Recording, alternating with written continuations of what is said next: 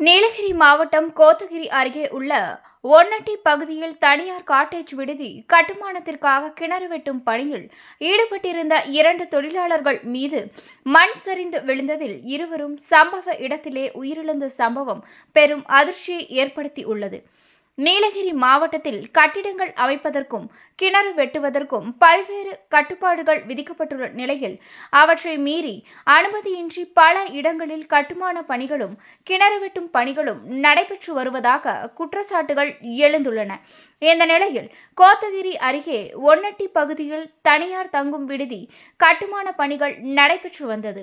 அந்த விடுதிக்காக கிணறு அமைக்கும் பணியில் கோத்தகிரி அருகே உள்ள குண்டடா பிரிவு கிராமத்தை சேர்ந்த சதீஷ் மற்றும் செல்வா ஆகியோர் ஈடுபட்டிருந்தனர்.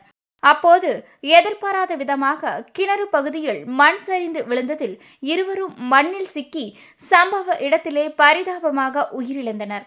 இந்த சம்பவம் குறித்து தகவல் அறிந்த தீயணைப்பு துறையினர் உடனடியாக சம்பவ இடத்திற்கு விரைந்து சென்று உயிரிழந்த இருவரின் உடல்களையும் மீட்டு கோத்தகிரி அரசு மருத்துவமனைக்கு பிரேத பரிசோதனைக்காக அனுப்பி வைத்தனர். இந்த கிணறு வெட்டும் பணி உரிய அனுமதி பெற்று மேற்கொள்ளப்பட்டதா என்பது குறித்து வருவாய்த்துறையினர் விசாரணை மேற்கொண்டு வருகின்றனர். இதனிடையே இந்த சம்பவம் தொடர்பாக கோத்தகிரி போலீசார் வழக்கு பதிவு செய்து தீவிர விசாரணை மேற்கொண்டு வருகின்றனர்.